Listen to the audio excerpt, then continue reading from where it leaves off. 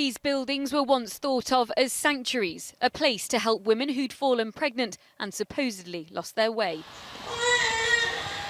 But instead, many who once lived here say they were stripped of their human dignity, forced to give up their babies and work without any pay.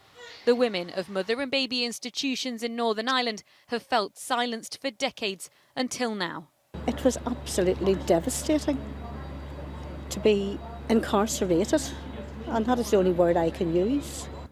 Adele Johnston had her son while living at a mother and baby home at 18 years old, her first child who she never wanted to give up. We give birth alone.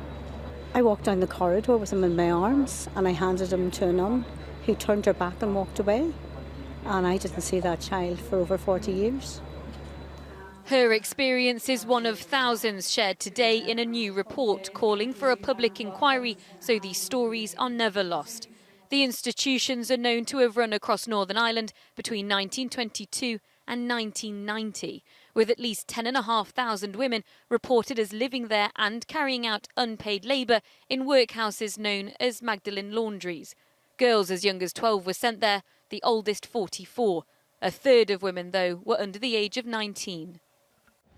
You can still see some of the buildings, like the one behind this wall, where thousands of women were reportedly shamed into silence because of the stigma that surrounded being pregnant and unmarried, something that still affects them today and the children they were forced to give up.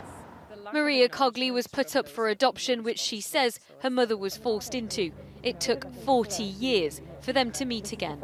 You grow up not really knowing anything about your history, and the institutions and the churches involved, first of all, need to take accountability. They need to put their hands up and say, yeah, we did do these things.